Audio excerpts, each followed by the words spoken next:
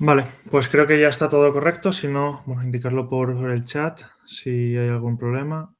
Famosos pueda ser el estándar PCI DSS y por el que más se nos conoce, o se conoce al Council, pero no es el único. De hecho, tiene diversos estándares. Y vamos a tratar, digamos, el segundo más famoso, quizás que se pueda conocer, que es el que antiguamente se conocía como PADSS, de Payment Application, para aplicaciones de pago, y que sufre una transición hacia SSS, hacia Secure Software Standard, y ahora pues nos vamos a mover desde la reciente versión que tenemos ahora mismo, que es la versión 1.2.1, con la que está saliendo y está terminando de salir, que es la 2.0, ¿no? Vamos a analizar todos esos cambios y bueno, y irlos pormenorizando. Vale, pues bueno, yo me presento, ya presento un poquito a mi compañera Carmen, pues bueno, es Alberto Villar, soy compañero del departamento de consultoría, llevo pues bueno, elaborando tareas de ciberseguridad desde hace más de 10 años en Internet Security Auditors, en mi carrera profesional pues algunos años más, principalmente en proyectos de auditoría y certificación en aquellas estándares normativas que podemos, como por ejemplo en mi caso pues PCI DSS o PCI SSS con certificados como el Secure Software Assessor o el Qualified Security Assessor de QSA, y en otros en los que no podemos certificar, pues haciendo auditorías internas, como puedan ser de otros estándares, pues Esquema Nacional de Seguridad, ISO 27001, GDPR, DORA, NIST, bueno, SOC 2, pues de todos aquellos, al final, estándares de ciberseguridad en los cuales hacemos esos alineamientos, acompañamientos, apoyos, pues para que pues las organizaciones no estén lo más alineadas posible a esos controles y apoyándonos en todo el camino, desde esa análisis diferencial que se hace al principio, esa implantación de los controles, para pues llegar en la mejor situación posible hacia esa certificación. Como decía Carmen, bueno, pues cuento con varias certificaciones que al final, bueno, pues son exigidas por el propio Council para mantenerlos y otras, pues porque como nosotros mismos, pues también hacemos formaciones y nosotros mismos nos formamos en ello. Y bueno, aquí pues cuento con a día de hoy, pues creo 6, 7, 8 certificaciones y algunas más que llegarán seguramente. Vale, pues bueno, en este seminario, como lo he estructurado, he intentado hacerlo de una forma práctica, como digo, estructurada, pues vemos los principales cambios de SSS versión 2, ¿no? Te referiría a SSS, a veces lo escucharéis como 3S, triple S, por al final las siglas de Secure Software Standard, como digo, o software o estándar de software seguro, emitido por el Council, por el Payment Card Industry, que está compuesto por las principales marcas de pago, las principales marcas de pago. Y bueno, sobre todo, pues bueno, que vamos a revisar qué implican realmente para las organizaciones que desarrollan el software, que desarrolláis el software relacionado con ecosistemas de medios de pago, ¿no? Al final no se trata únicamente de una nueva versión del estándar, sino pues yo creo que un cambio de enfoque que afecta a cómo se diseña, desarrolla y gobierna o incluso cómo se valida el software desde una perspectiva de seguridad. Aquí no es un cambio menor, no vamos a ir desde la versión 1.2.1 a la versión 1.2.2 o incluso la 1.2.3, sino que se ha dado el salto a la 2.0 y eso tiene su motivo.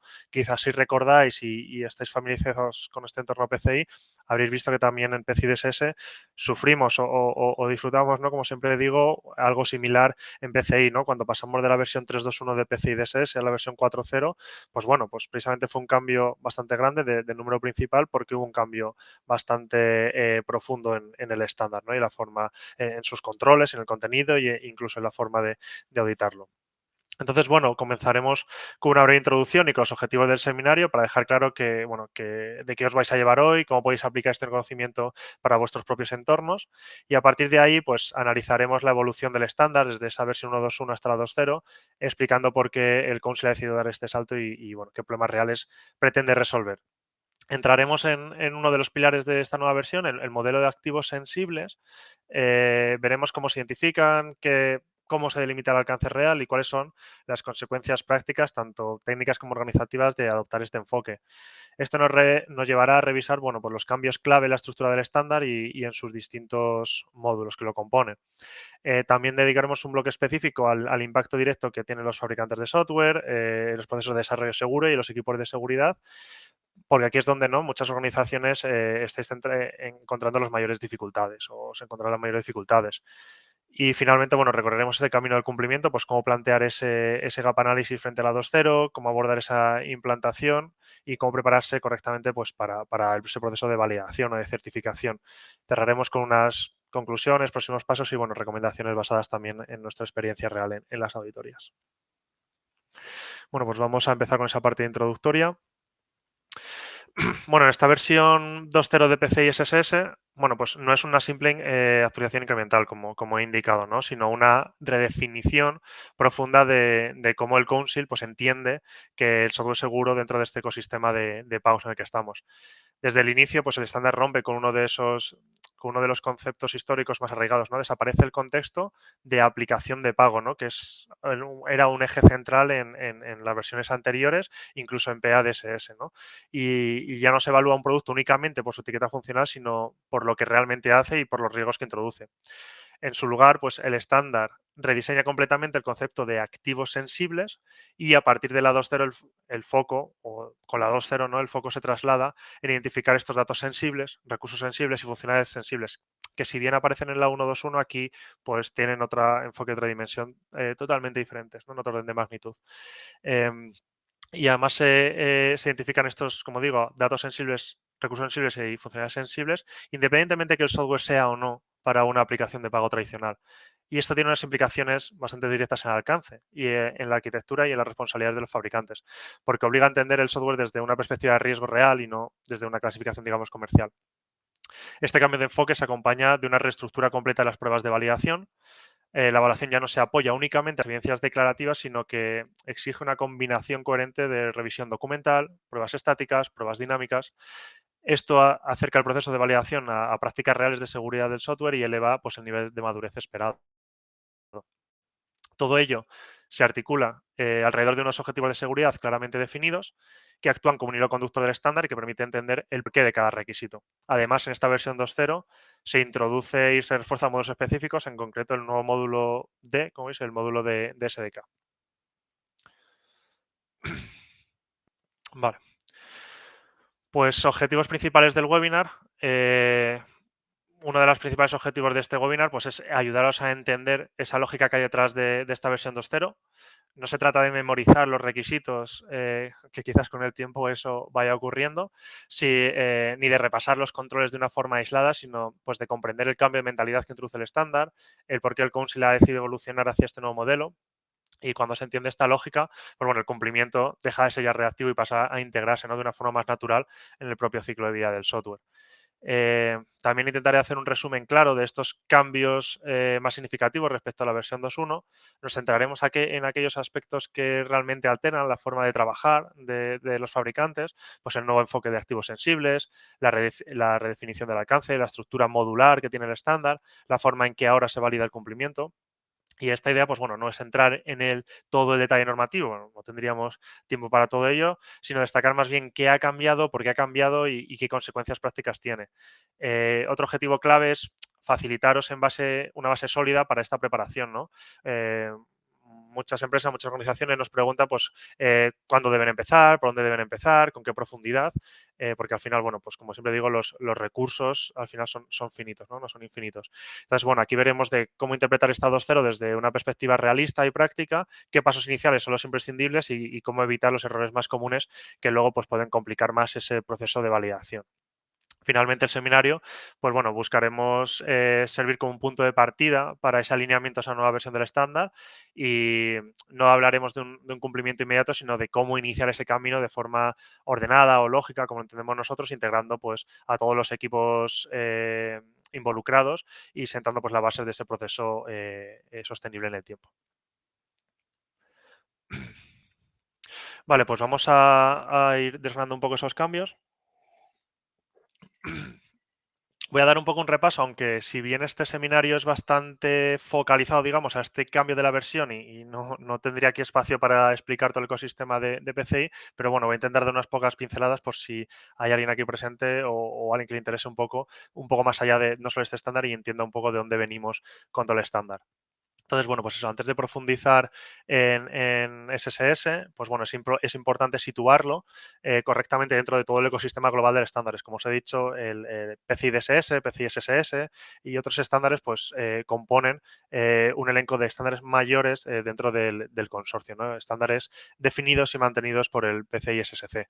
Este consejo, pues, publica estos distintos marcos normativos, cada uno, pues, con su propósito concreto, con su alcance concreto, con su aplicabilidad y uno de los errores más comunes o habituales es mezclar los objetivos, alcances y responsabilidades de todos ellos. PCI DSS, como digo, es probablemente el estándar más conocido y más popular. Su foco está centrado en la protección de los datos de tarjeta dentro de entornos operativos, pues comercios, proveedores de servicios y entidades que almacenan, procesan, transmiten o afectan a la seguridad de los datos de tarjeta, ¿no? Ese es uno de los requisitos de aplicabilidad de este estándar. PCI DSS no evalúa el software como un producto, sino como una organización que gestiona la seguridad del entorno, ¿no? Esa organización puede tener uno o más elementos de software, pero se evalúa todo el entorno completo. En cambio, SSS pues juega a otro nivel, ¿no? Digamos, su objetivo no es el entorno en sí mismo, sino que el software es el software en sí mismo, ¿no? Se evalúa cómo se diseña el software, cómo se desarrolla, cómo se mantiene ese producto para que sea intrínsecamente seguro cuando se despliega. Y aquí es donde se encaja tanto en aplicaciones completas como SDKs o componentes reutilizables, independientemente de dónde se instale después. Pues precisamente eso es uno de los objetivos de estar certificado, ¿no? El software está certificado, es seguro y de hecho cuando esté desplegado en un entorno PCI DSS, pues la revisión de ese software será más liviana porque será contra su certificado, en este caso los entregables que son el reporte de validación y el test de validación, el ROV y el AOV, el Report of Validation y el Attestation of Validation, que atestiguarán que ese software está certificado, además publicado en listas en el Council públicamente accesibles. Vale, por otra parte, tampoco son los únicos estándares. Tenemos otra participación de PCI PTS que se centra en la seguridad de los dispositivos físicos, ¿no? De los datáfonos, de los puntos de interacción, de los points of interaction. Son estos dispositivos que son los terminales, los cuales pues, puede haber una captura de PIN y dispositivos para esta aceptación de pagos. No cubre el software de propósito general, sino hardware con funciones criptográficas y de captura de credenciales, ¿no? De captura de datos de tarjeta. Y entre ellos se embebe. Hay esta relación porque al final en un entorno PCI DSS puede haber uno o varias aplicaciones certificadas por SSS y una aplicación SSS puede tener uno o varios datáfonos certificados incorporados en esa certificación del software, ¿no? Entonces se complementan de esta forma. Por último tendríamos la parte de P2P, en el cual pues aborda esa protección de extremo a extremo, ¿no? De point-to-point encryption, de la cual pues vamos de un origen a un destino y que ese camino sea cifrado, con lo cual vamos a un origen que es seguro, a un destino que es seguro y entre medias cifrado y ahí pues podemos ir de un origen que es un DSS a acabar en un SSS o un origen que es un PTS pero acabar en un DSS, entonces puede haber esta combinación de entornos y todo ello es seguro, ¿no? Al final es una solución completa de principio a fin, de punto a punto, ¿no? Vale, con esto en mente vamos a entrarnos ya un poco en el software, en el estándar, en SSS, que de hecho engloba un estándar mayor que es el Secure Software Framework o el estándar, ¿no? El marco de seguridad de pago, que aquí se divide en dos estándares que quiero que entendáis, que por un lado tenemos la parte de SSS en el que nos vamos a centrar hoy, pero también está el Secure Software Lifecycle Standard, que es ese estándar que está destinado a los fabricantes de software, ¿no? No es para un producto, sino para organizaciones. Su objetivo, pues, es evaluar si la empresa tiene implantado un ciclo de vida de desarrollo seguro, pues que sea maduro, consistente, sostenible en el tiempo. Y es una certificación, como digo, de carácter empresarial. Es para la empresa, centrada en los procesos, gobiernos, roles, controles, seguridad integrados en ese SDLC, ¿no? O ciclo de vida de desarrollo seguro del software. Ambos estándares establecen requisitos de seguridad para ese diseño, desarrollo y mantenimiento del software que trata, bueno, pues transacciones de pago, interactúa con datos de tarjeta. La diferencia, pues es que en el enfoque, SSS valida el qué, no es decir, el propio software que se entrega y SLCS valida el cómo, es decir, la forma en la que la organización, el fabricante ha desarrollado ese software. Entonces, entender esta diferenciación es fundamental y también para encuadrarlos un poco en ese marco SSF. Como veis, esto no existía antes en PADSS y ahora sí que se ha diferenciado con estos dos estándares. Vale, como digo, SSS quedaros con que certifica las aplicaciones y SSLCS es para aquellos que desarrollan esas aplicaciones, ¿no? Y certificará a esas empresas. ¿Vale? Va a tener unos beneficios y unas características, por supuesto, si se certifica. Vale, repasamos un poco el recorrido que Llevamos haciendo SSS, acordaros que, bueno, que SSS viene de ese PADSS, que lo dejamos en la versión 3.2, si no recuerdo mal, ya hace unos cuantos años, y empezamos con esta versión 1.0 de SSS. Entonces, en estas primeras versiones, la 1.0 hasta la 1.1, pues estaban claramente orientadas a facilitar esa transición desde PADSS, manteniendo pues muchos conceptos heredados y enfoques que todavía estaban muy ligados a aplicaciones de pago tradicionales. Y el objetivo principal, porque bueno, el objetivo principal en ese momento era asegurar pues una continuidad más que introducir cambios sustanciales o disruptivos. Con la llegada ya de las versiones 1.2, luego con la 1.2.1, hasta ahora pues se ha mostrado una mayor madurez, ¿no? Y el Council que hemos intentado pues, bueno, afinar esos requisitos, clarificar expectativas, incorporar aprendizajes derivados de la industria. Esto, pues, particularmente pues, con los SSAs nosotros, con las empresas, pues manteniendo ese feedback y esa retroalimentación de las empresas para irlo mejorando. Y esta versión 2.0 pues marca ese punto de inflexión claro, ¿no? Ya no es una evolución incremental, sino pues un replanteamiento más profundo del estándar, recogiendo pues esos comentarios, como digo, del mercado, esas dificultades pues para definir alcances, excesos de dependencia de las etiquetas o validaciones percibidas pues como demasiado formalistas, ¿no? Pues al final se intenta dar respuesta a este estándar más orientado al riesgo, basado en activos sensibles y alineado con prácticas reales de seguridad de software. Entonces, desde el punto de vista de la madurez, pues la 2.0 supone pasar a un modelo centrado pues, más en el producto final a un modelo centrado en lo que realmente hay que proteger. Se eleva este nivel de exigencia, pero también bueno, pues aporta claridad y coherencia. Y para los fabricantes y desarrolladores implica más responsabilidad, pero también un marco pues, más justo, adaptable a etiquetas más modernas, ¿no? Más flexible, en definitiva. Vale, ya nos vamos a centrar un poco en el contenido y en los pilares fundamentales, los conceptos fundamentales que vamos a ir manejando. Por un lado, pues se ha eliminado lo que es el término de software de pago, que antes estaba definido en la versión 1.2.1, lo teníamos en el glosario, y ahora vamos a encontrarnos con ese nuevo contexto de activo sensible. Activo sensible al final es un elemento del producto del software que va a estar bajo evaluación y cual se incluye en el producto de software en sí mismo y cuyo acceso, uso, modificación y divulgación no autorizados puede resultar en un compromiso de la funcionalidad relacionada con el pago del software o con los datos relacionados con los pagos. Al final, pues una afectación, un impacto en ese activo va a producir un impacto en el software. Por eso se define como activo sensible. Y los activos sensibles, ahora lo vamos a ver, van a incluir los datos sensibles, funcionalidades sensibles y recursos sensibles. Todos ellos son activos sensibles, pero vamos a ver, digamos, por partes. Los datos sensibles, pues bueno, lo define el estándar como la unidad de información cuyo acceso, modificación o divulgación no autorizados, volvemos a ese mismo concepto, pueden resultar en el compromiso de la funcionalidad relacionada con los pagos, ¿no? Vale, dentro del software. Dentro de esos datos sensibles tendríamos los recursos sensibles. Al final, pues es la estructura de información que generalmente contiene múltiples elementos de datos y lo mismo, que comprenden un recurso singular cuyo acceso, modificación o divulgación no autorizado puede resultar en ese compromiso de las funcionalidades. Vale, también tenemos las funciones sensibles, que son las operaciones definidas del producto de software cuyo, lo mismo, acceso, modificación o mal uso no autorizados pueden resultar en el compromiso de la funcionalidad relacionada. Dentro de las funcionalidades sensibles se define una funcionalidad especial que le han llamado el modo de operación sensible. Y es un modo de operación privilegiado o un estado fuera de la operación comercial normal del software que permite una funcionalidad especializada o específica relacionada con los activos sensibles. Luego veremos algún ejemplo al respecto. Vale. Sí, teniendo en cuenta estos conceptos o estas definiciones, vamos a ir viendo los cambios que se han introducido desde la 1.2.1 a la 2.0. Por una parte, pues uno de los cambios fundamentales que ha habido pues afecta directamente a la forma en la que se validan esos requisitos. En la práctica pues se han reescrito casi todos los requisitos de prueba, que esto no, no es algo pequeño, digamos, no es un matiz menor, sino que es la redefinición completa de todo el modelo de evaluación, alineándolo a las prácticas reales de seguridad de software y con expectativas pues mucho más técnicas. A partir de esta versión, pues las pruebas se estructuran de una forma más explícita en torno a tres pilares, ¿no? La revisión de la documentación, el análisis estático y el análisis dinámico.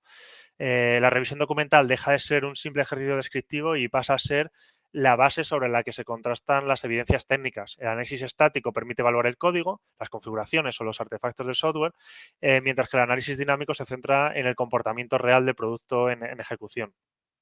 En este nuevo contexto, pues cobran especial importancia las pruebas, ahora lo veremos, pruebas positivas y pruebas negativas, ¿no? Las pruebas positivas se utilizan para confirmar que la información documentada por el fabricante sea correcta y que el software se comporta tal y como se describe. Sin embargo, pues bueno, también se definen estas pruebas negativas, cuyo objetivo es identificar comportamientos no documentados, atributos ocultos o desviaciones inesperadas. Este enfoque es especialmente crítico cuando se trata de intentar eludir controles de seguridad, mecanismos de protección de activos sensibles. Además, el estándar introduce una actualización conceptual relevante. Los antiguos objetivos de control pasan a denominarse ahora objetivos de seguridad, reforzando un enfoque basado en riesgo de resultados. Y además veréis que se han reestructurado, incluso se han reordenado todos estos controles. Por último, bueno, pues tenemos la incorporación de ese nuevo módulo. Antes teníamos el módulo A para el tema de datos de tarjeta, el módulo B para el tema de los terminales, el módulo C para las aplicaciones web. Y ahora tenemos el módulo D para los kits de desarrollo de software, los Software Development Kits, los SDKs, incluyendo explícitamente pues, el SDK del MV, ¿no? En 3DS, reconociendo un papel clave pues, en esa cadena de pagos moderna, ¿no? Y la utilización. Os decía, importante que os quedéis lo de la parte de la reestructuración y la reescritura, pero con esas pruebas positivas, esas pruebas negativas y esa documentación que se va a exigir para evidenciar el cumplimiento de los controles. Vale, un segundo. Vale, que me vaya a salir una pestañita. Vale, pues vamos a pasar a desgranar un poco estos objetivos de control. No quiero entrar en mucha profundidad, pero sí que os llevéis un poco la idea de en qué se va a componer y cómo ha quedado un poco reestructurado. Vale. Lo primero que seguimos teniendo esos requisitos núcleos, que lo mismo que teníamos en la versión 1.2.1, pero se han rediseñado y se enfatiza esa aplicabilidad universal, ¿vale? Siguen teniendo los mismos conceptos y sigue siendo obligatorio ese objetivo núcleo para todos los software. Vamos a pasar a ese objetivo de seguridad número 1, que bajo mi experiencia pues es uno de los avances más necesarios, ¿no? Al introducir los SBOM, el Software Bill of Materials, que al final es esa herramienta que tenemos para un control de versiones más riguroso. Y el estándar finalmente se alinea con las cadenas de suministro de software modernas, en las cuales pues se está delegando bastante por la responsabilidad en librerías de terceros, ¿no? Entonces, como evaluadores, pues ya no solo se revisa ese código final, sino la procedencia de ese código y la integridad de cada uno de los componentes y librería de terceros que conforman la solución.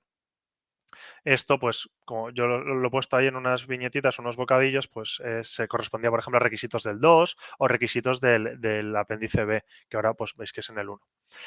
Por otro lado, tenemos el objetivo de seguridad 2, que se redefine también por completo, pues toda esa parte de gestión de riesgos mediante el nuevo documento externo, que es el de identificación de activos sensibles. Y este, pues también es bastante crítico. Ahora, esta seguridad pivota en esta triada, ¿no? En el trío de datos, recursos y funcionalidades sensibles, que es lo que componen esos activos sensibles. Ya no basta solo con proteger el PAN, ¿no? Es identificar cada recurso del sistema y cada modo de operación que pueda comprometer la integridad del entorno de pago.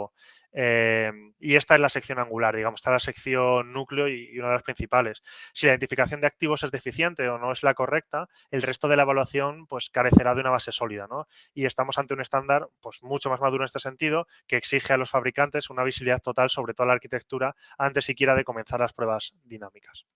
Estos eran requisitos que venían pues desde el 1.1, 1.3, incluso requisitos del 6, que ahora se juntan en el 2. Pasamos al siguiente, que sería el objetivo de seguridad 3, que ya no es solo la parte de almacenamiento o guardar los datos, ¿no? Es almacenamiento de persistencia, transitorios, sino que se ha redefinido todo el ciclo para gestionar todo el ciclo de vida completo de los activos sensibles. Pues como SSAs aquí evaluamos o buscamos una alineación estricta con las políticas de retención, la ejecución técnica de la purga de datos o un punto donde muchas implementaciones suelen fallar, bajo la auditoría, ¿no? Bajo las pruebas de auditoría, en esas eliminaciones que no son del todo seguras o no es toda la eliminación completa. Vale, el objetivo 4 introduce otras novedades interesantes, ¿no? Los modos de operación sensible.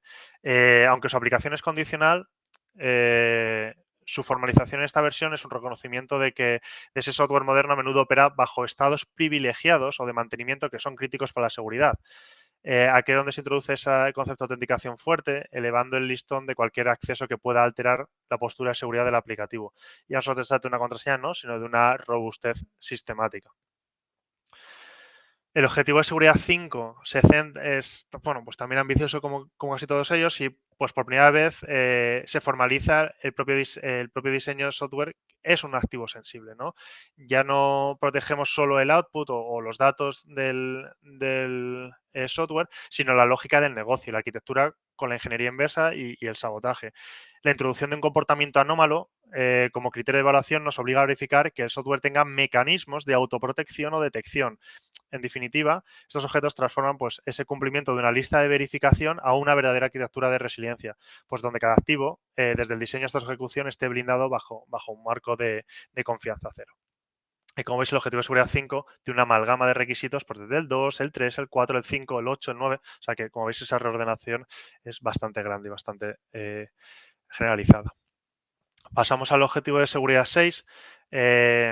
Pues bueno, que se ha redefinido para elevar esa exigencia sobre los canales de comunicación. Ya no basta decir que pues bueno, usamos TLS o una comunicación segura, sino que se formalizan los requisitos de canal seguro para cualquier salida de activos sensibles. Aquí como evaluadores, pues nuestro foco es asegurar que no existan fugas en los puntos de terminación y que el cifrado sea extremo a extremo, pues alineando con todos los estados de cifrado fuerte en la actualidad. El requisito 7 se focaliza en la parte de generación de números aleatorios o los RNG, de los Random Number Generator. Pues la norma es ahora mucho más clara a la hora de distinguir estos generadores externos o implementaciones incluso propias que pueda tener el software, ¿no?, para estos números aleatorios, la generación de estos números aleatorios. Y bueno, pues mi experiencia dice que la predictibilidad es el enemigo silencioso, ¿no? Para ello la 2.0 pues ajusta esos requisitos de entropía para asegurar que cualquier valor asociado a un número sensible sea criptográficamente sólido, independientemente de si proviene de un módulo de hardware o de una función del propio software que se haya diseñado. Vale, pasamos al objetivo de seguridad 8, el cual pues es la gestión de claves, ¿no?, sobre el ciclo de vida de las claves. Y se ha revisado esta gestión pues, para asegurar esa trazabilidad total de las claves vinculadas a los activos sensibles. No solo se evalúa el almacenamiento, sino todo el ciclo de vida, la generación, la distribución, la rotación, la destrucción. Y aquí pues debemos ver que esa clave fuerte es inútil si su gestión es débil, ¿no? Estos tres objetivos, pues en conjunto forman pues, escudo criptográfico que quieren hacer con este objetivo de seguridad. Para pues, ser resiliente ante ataques pues, de interceptación o de fuerza bruta. Vale, vamos ya al último bloque, que sería pues bueno, el objetivo de seguridad 9, pues que actúa como nuestra red de seguridad técnica, ¿no? Pues en versiones anteriores a veces encontramos funciones críticas que no encajaban estrictamente en los modelos predefinidos de cifra de datos, y ahora con este requisito general pues que se ha revisado, pues garantizamos que cualquier uso de la criptografía, se use para lo que se use, pues sea robusto y siga las mejores prácticas de la industria. Esto pues, nos da la base normativa para auditar algoritmos, longitudes de clave en funciones o funciones de nicho que antes pues, quedaban en una zona pues, un tanto igual un poco más gris. En el objetivo de seguridad 10 se trata pues, no solo de parchear, ¿no?, de hacer una gestión formal de esas amenazas y vulnerabilidades. Se busca evidenciar con el proveedor que no solo se reacciona a los CVEs, ¿no?, a las vulnerabilidades identificadas, sino que se tiene un proceso maduro de modelado de amenazas y de análisis de los riesgos. Es la diferencia entre un software que es seguro por accidente, digamos, o uno que ha sido diseñado para resistir esos ataques dirigidos. Y finalmente pasamos al objetivo de seguridad 11, que es vital para esa fase, digamos, de mantenimiento de post-certificación. No sirve de nada un software seguro si se implementa de una forma errónea. Entonces, aquí la guía de implementación o la nueva guía de implementación, que es una evolución de la anterior, pues ahora es mucho más exigente, integrando controles de versiones de una manera más explícita. Pues aquí como auditores, pues pondremos más el foco, se pone más el foco en certificar que el cliente, pues los fabricantes reciban las instrucciones exactas, bueno, perdón, el cliente final reciba las instrucciones exactas para mantener esa integridad del producto en su entorno de producción, pues para así asegurar pues bueno, esa seguridad que consiste desde el desarrollo hasta que el software llega a las manos del usuario final, ¿no?, toda esa cadena. Con esto pues vamos a ver la parte de, ya hemos repasado en qué se compone el estándar en esos objetivos de seguridad del 1 al 11 y vamos a ver esa parte de activos sensibles y ese anexo que tenemos, ¿no? Adicional que obligatorio que cumplir, que cumplimentar. Vale, entonces aquí tenemos pues ese cambio, digamos, conceptual, estructural más importante. Ya no se centra en las etiquetas como aplicación de pago, sino en identificar los activos dentro de ese software que son sensibles y deben protegerse. Y esto pues cambia la forma de analizar toda la arquitectura y el diseño. Para ello es obligatoria esa identificación de activos sensibles con ese nuevo documento que ha sido publicado, ¿no? La identificación de activos sensibles como digo, de uso obligatorio, con toda esa información. Pues ya no basta esa descripción general. Ahora el estándar exige desglosar la seguridad en esos silos específicos de información, ¿no? Empezamos con las categorías de activos sensibles. Indicar que el apéndice A tiene un formato, digamos, opcional a modo plantilla, aunque la información que se solicita sí es obligatoria, ¿no? Es decir, como mínimo la plantilla que se utilice debe contener la información necesaria o la información que se define en estas plantillas. Aquí vamos a repasar un poco varias tablas. Pues uno, las categorías de protección que se definen en este anexo. Y por otro lado, pues tenemos las tablas de datos sensibles, de recursos sensibles, funcionalidades sensibles y los modos de operación sensibles. Como digo, pues son tablas o plantillas que se han definido que, si bien pueden usarse esas plantillas, pero la plantilla que se use tiene que tener como mínimo esa información. Vamos a esas categorías que se han definido 3 categorías. Por un lado, pues la categoría de confidencialidad. Nuestro enfoque aquí es, bueno, pues ese control de acceso y el cifrado, pues asegurar que esos datos, ya sean claves, tokens, información titular, pues solo sean accesibles por entidades autorizadas. El pilar básico, pues para evitar la divulgación no autorizada que tanto compromete pues, a la industria. Vale. Bueno, también otro grado de donde se está viendo la madurez de todo esto, pues es el desglose que han hecho este año, con la parte, bueno, este año, con esta versión de la 2.0, de la parte de la integridad. Ya no solo buscamos la consistencia del dato, sino que bajo esa categoría de integridad se exigen mecanismos que prevengan y, sobre todo, detecten cualquier alteración o destrucción no autorizada. Pero aquí el estándar va un poco más allá e introduce la categoría de integridad plus, ¿no? Integridad con adición de autenticación. Y esta parte es crítica para funciones de alto riesgo. Ya no solo basta con saber que el dato no ha cambiado, lo que sería atentar contra la integridad, sino que tenemos que tener la certeza absoluta de la identidad de quien intenta interactuar con él. Entonces, esa es una de las grandes novedades.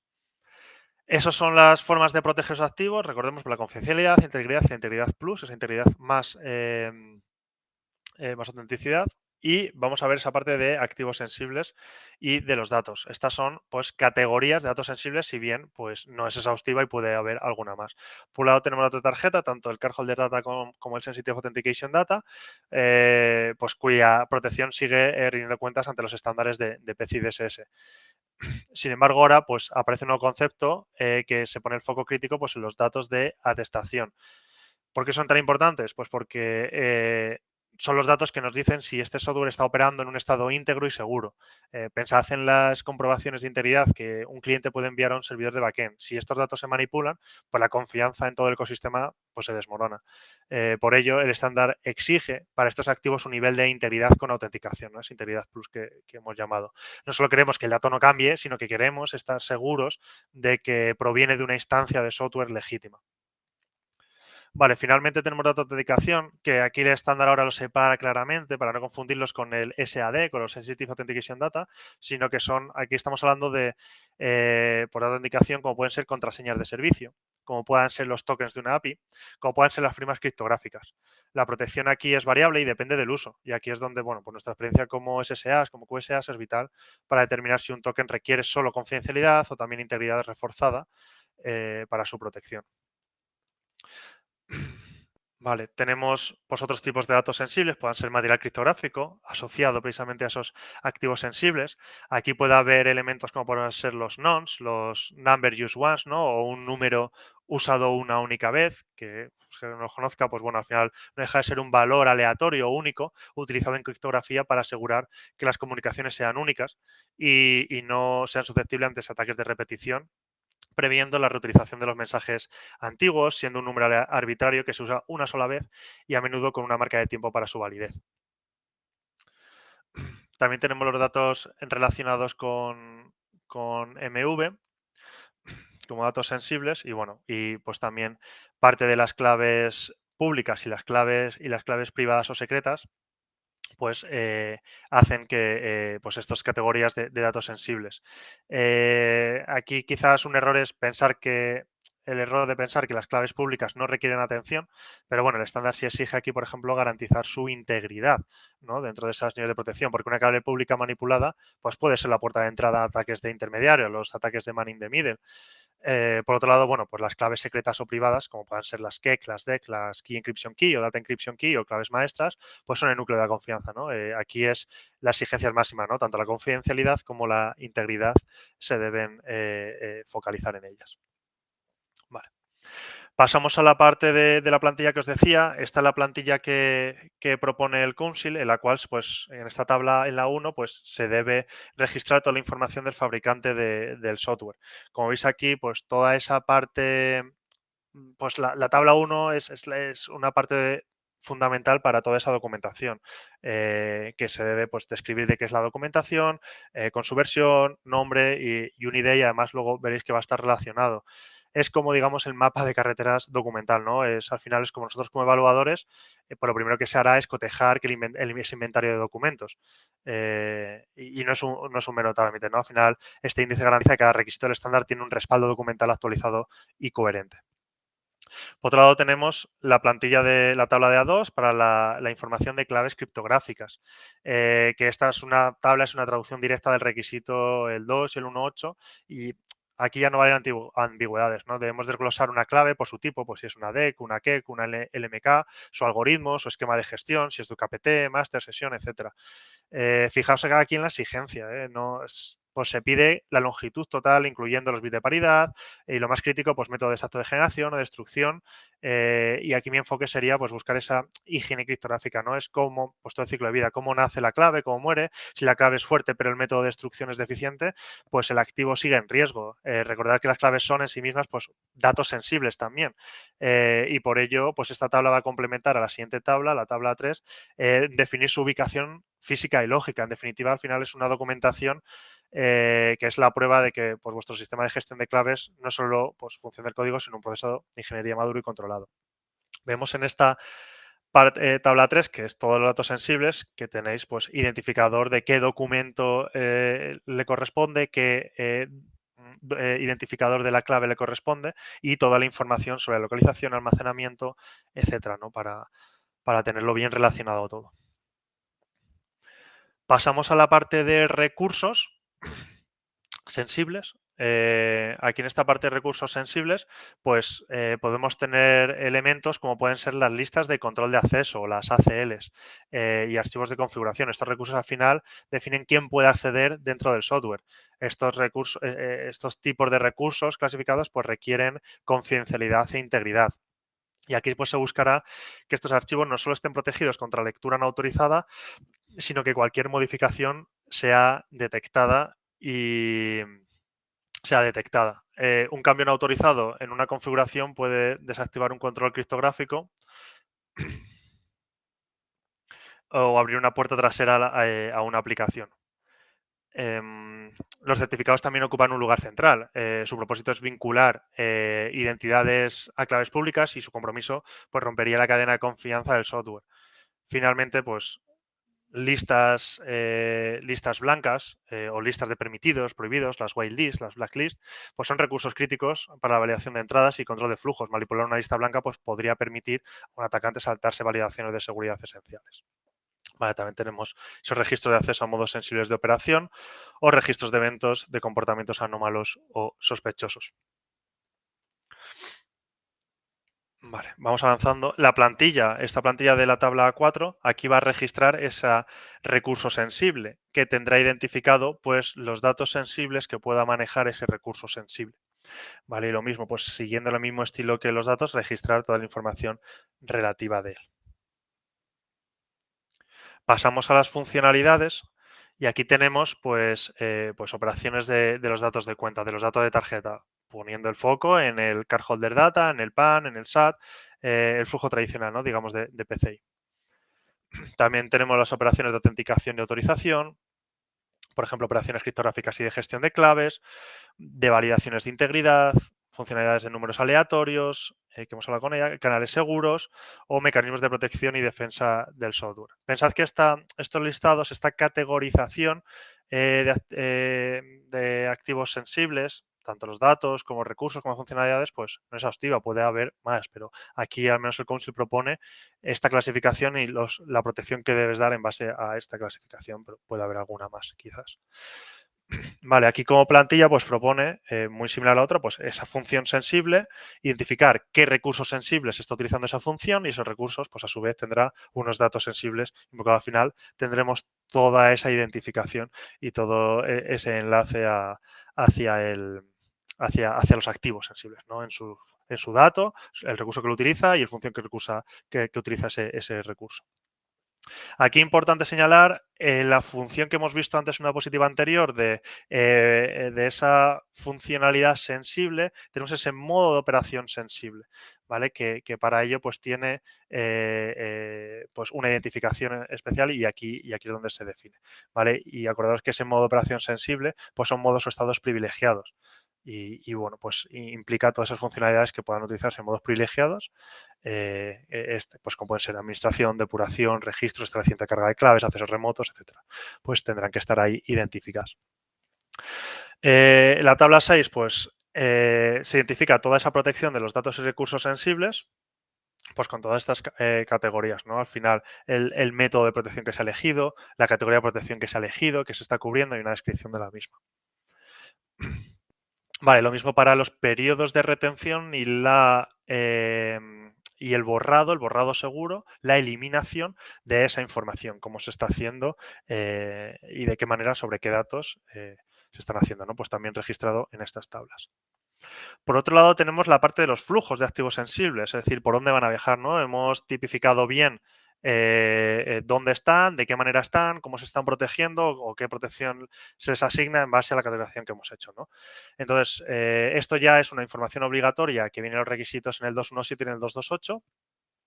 Que se deben proporcionar estos diagramas de flujo, ¿no? De activos sensibles. Lo que ahora sí que te indica el estándar en la versión 2.0 es que esos flujos estén identificados mediante los identificadores que has tenido que poner en esas tablas o similares, en esas plantillas. Y se deben identificar lo siguiente, pues los datos sensibles impactados, los recursos, las funciones sensibles impactadas y los componentes implicados en ese almacenamiento, procesamiento, transmisión de esos activos sensibles mencionados. Al final aquí como tal no va a haber una tabla porque no un diagrama de red, un diagrama de flujo, o sea, un mapa de red, un diagrama de flujo no va a estar artificado en una tabla, sino que va a ser, pues eso, pues un diagrama, un mapa, pero que sí ese mapa debe contener la información suficiente para poder trazarlo de esta forma, decir qué datos son, pero no solo que me digas el dato, sino que me digas el identificador de dato para que yo vaya a la tabla y sepa que con ese identificador qué dato es, cómo está protegiendo, si hay un recurso que lo estoy utilizando o no, ¿no? Y todo eso, pues, anexionado. Por eso esta tabla, pues, no es en sí una tabla y no contiene filas, sino que es facilitar la elaboración de estos diagramas. Vale, seguimos en cambios claves en esta estructura del estándar. Pues bueno, repasando un poco, pues se pide un nuevo listado que hace referencia a esa identificación de operaciones sensibles. Tenemos la parte del software bill of materials, acordaros, toda esa lista de lo que depende mi software y ver si de eso que depende, pues hay algo que es vulnerable o no es vulnerable. Ahora tenemos la parte de multifactor de autenticación, el MFA, que es obligatoria para las operaciones sensibles. Tenemos la mayor granularidad en los logs generados. Se pide, bueno, pues que esos logs si se exportan deban estar cifrados porque hay que protegerlos. Se debe generar esos logs de eventos sospechosos y deben estar cifrados. Y se introducen cambios en el contenido esperado en la guía de implementación, ¿no? La guía de implementación al final sufre una actualización para pues, tener más información, una información más madura. Otros cambios en el estándar, pues se han eliminado redundancias, bueno, propias del estándar, entre los módulos, cuerpo principal y también entre el estándar de aplicaciones seguras y el ciclo de vida. Bueno, se eliminaron otras expresiones que constituyen el requisito de seguridad, la sección donde se referencian las pruebas necesarias para demostrar el cumplimiento. Se ha hecho cambiar la redacción de algunos requisitos para mejorar, bueno, pues también su entendimiento, que es el objetivo final. Se ha reestructurado esa organización y esos flujos del estándar, especialmente en el cuerpo principal. Como habéis visto, esos objetivos de control, ahora que son objetivos de seguridad, y ha habido un mix, ¿no? Pues se han reestructurado un poco. Hay algunos que siguen esa estructura, como habéis visto, pues el objetivo de seguridad 11 tiene los controles del objetivo de control 11, básicamente, pero hay otros, como hemos visto, creo el 3 y el 4, que mezclan un poco más.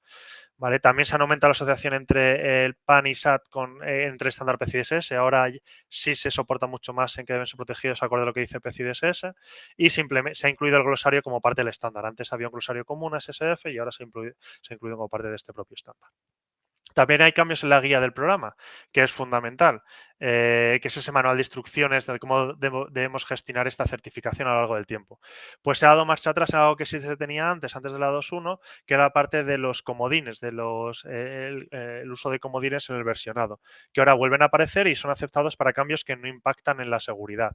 Vale. Como pongo aquí, pues sigamos teniendo cambios de alto impacto, cambios mayores, cambios menores, lo que puede ser un parche, que puede ser un cambio que no afecta a la seguridad. Y bueno, lo de beta, cogerlo con cuidado porque, como sabéis, en SSS lo que se certifica es productos o software que esté en producción. De igual manera, pues también puede haber evaluaciones delta y que ha habido esos cambios significativos que se realizan mientras esas evaluaciones delta. Y también se ha actualizado esa plantilla del cambio para ello. Ahora hay dos tipos, Tier 1 y Tier 2, para esos cambios delta. Y también, bueno, se dan algunos beneficios para esas empresas fabricantes que desarrollan software que se certifiquen SLCS porque pueden hacer unos tipos de cambio ellos solos sin contar con un SSA, los de Tier 1 en concreto. Por último, que ya queda poco para la presentación, repasando un poco, bueno, pues las implicaciones para los fabricantes, pues esa integración, ¿no? Exige integrar más el cumplimiento desde el inicio al desarrollo, colaborar más entre esos procesos internos y áreas que deben pues, colaborar estrechamente. La seguridad, pues incorporar esa seguridad desde el diseño del código, desde pues, esas fases tempranas y con más madurez, y esa participación de todos los equipos de seguridad en todo el proyecto. Una mayor integración. Para este camino, pues bueno, las fases que proponemos pues sería ese análisis diferencial, si ya estáis alineados a una versión 1.2.1 o 1.2, para ver con todas estas diferencias que tienen con la 2.0 y en qué fase estáis, hacer la implementación de esos controles en los cuales no se está cumpliendo ahora y que sí que exigen la 2.0, para luego ir a esa fase 3 ya de la certificación a la versión 2.0. Comentaros en este punto que ayer mismo han salido documentos de evaluación por el Council, los tenéis públicamente en la biblioteca del PCI SSC, del ROP y el AOP, perdón, el ROP y el AOP, el ROP no editable públicamente, claro, solo lo hacemos los SEAs, y el Change Impact Template. Quiere decir esto que muy probablemente en la primera mitad de 2027 ya sea una fecha de las cuales se vaya a retirar la versión 1.2.1 y no se pueda certificar nuevo software bajo esa versión y ya solo se pueda certificar por la 2.0. Pero ahora mismo pues estamos, a día de hoy nadie puede certificar la 2.0 porque no hay SSAs que estén certificados en 2.0, pero la formación empezará en marzo de 2026, es decir, el próximo mes, en que ya en los SSAs empezaremos a transicionar hacia la 2.0 y podamos certificar en 2.0. Y habrá ese periodo de convivencia entre la 2.0 y la 1.2.1 y la 2.0 hasta, como digo, pues primera mitad, quizás Q1, Q2, en el cual se retira la 1.2.1. Como conclusiones, bueno, pues vemos esta reestructuración y enfoque que tiene la versión 2.0, una seguridad que se basa muchísimo en activos y la gestión de los activos, que a su vez pues, se basa en ese riesgo, ¿no? Para ver cómo se deben proteger esos activos que se han identificado como críticos. Como próximos pasos, pues la planificación de ese gap contra SSS 2.0, comparar esos controles actuales con los requeridos, priorizar esas áreas de mayor riesgo de incumplimiento, pues definir esas acciones correctivas y los plazos y asignar los recursos. Para, bueno, pues revisar esas arquitecturas, analizar esos flujos que se tienen, evaluar la separación y responsabilidad de los componentes y servicios, comprobar que todo se cumple, ¿no? Identificar esos activos críticos, para después ya, pues bueno, seguir cumplimentando, catalogar los activos, determinar su ubicación, evaluar la criticidad y protegerlo de la forma acorde y así poder estar en cumplimiento. Nosotros, pues bueno, pues aquí aconsejamos el ir acompañados en todo este proceso, pues para tener un apoyo de consultoría, de alineamiento a este estándar y poder resolver cualquier duda que pueda surgir, que pues no es un camino fácil el llegar a ello y desde luego pueden surgir muchas dudas y muchas casuísticas y entornos específicos. Para ello tenéis aquí la web, pues bueno, pues también de los servicios que ofrecemos relacionados con SSF, con el marco. Vale, pues aquí no sé si ha habido alguna pregunta, que creo que a veces pues, nos hace llegar de antemano alguna pregunta o han surgido durante la charla y puedo resolver alguna, aunque ahora con el tiempo limitado porque ha sido un poco extensa el webinar. Vale. Vale. Lidia, creo que vas a poner ya alguna. Vale, justo, es la primera que estoy viendo en el chat público. Vale, ¿cuál es la diferencia entre activo crítico y activo sensible? Vale, aquí tenemos entre un activo crítico y un activo sensible, al final está conteniendo a todos los datos sensibles, recursos sensibles y funciones sensibles. ¿Qué son todos ellos activos críticos? A fin de cuentas, un activo sensible, si es sensible, será un activo crítico, será una de las joyas de la corona, si lo quieres decir, en términos de riesgos. Un activo crítico quizás se piensa más en análisis de riesgos, ¿no? Pero no deja de ser un activo sensible, ¿no? Si es sensible al final será crítico. Y por ello podrá ser tipificado, pero a fin de cuentas, en terminología del estándar visto que habla de los datos, los activos sensibles, que son pues, activos críticos, con datos sensibles, recursos sensibles, funciones sensibles. Vale. Siguiente pregunta. ¿Es obligatorio el SBOM, ¿no? El Software Bill of Material, o es solo una sugerencia? Ahí, como hemos visto, es obligatorio, ¿no? La versión 2.0 es obligatorio y se debe tener en cuenta pues, un inventario completo de cada librería de terceros o componentes de código abierto. Porque al final, si no puedes demostrar qué hay dentro de tu software, pues es difícilmente que puedas evaluar su vulnerabilidad y, por tanto, pues sería difícil cumplir con los controles de certificación. Así que, bueno, en resumen, sí, sí es obligatorio. Vale. No sé si da tiempo a una o dos preguntas más. Vale. Vale, ¿por qué el multifactor de autenticación es ahora obligatorio para operaciones sensibles y no solo para administradores? Bueno, aquí pensad que un compromiso en la función de gestión de claves o de cambio en la configuración es tan peligroso como un acceso al administrador, ¿no? La versión 2.0 al final busca que ninguna acción crítica dependa de un solo factor y que pueda ser robado o filtrado. Entonces, pues al final cada acción crítica pues va a esas operaciones sensibles, pues va a obligar a que esté securizado mediante ese multifactor de autenticación. Dos o más factores usados, 2FA o un 3FA. Vale, pues no sé si una más cabe en tiempo. Vale.